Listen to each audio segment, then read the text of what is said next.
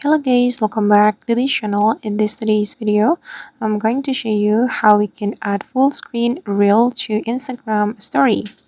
Okay, let's get into it. Here I have opened my Instagram application, and first of all, I'm going to search for a reel I want to share to my Instagram story.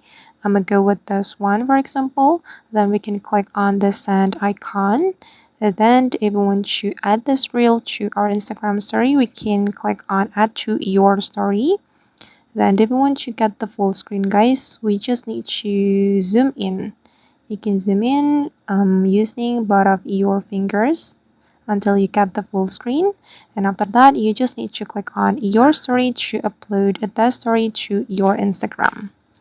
And I'm going to check it. On my story.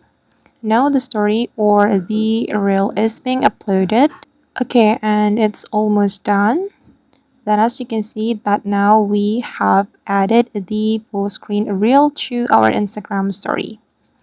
Alright guys, and that's how we can add full screen reel to our Instagram story. I hope this tutorial will be useful for you. Thank you so much for watching and see you in the next video.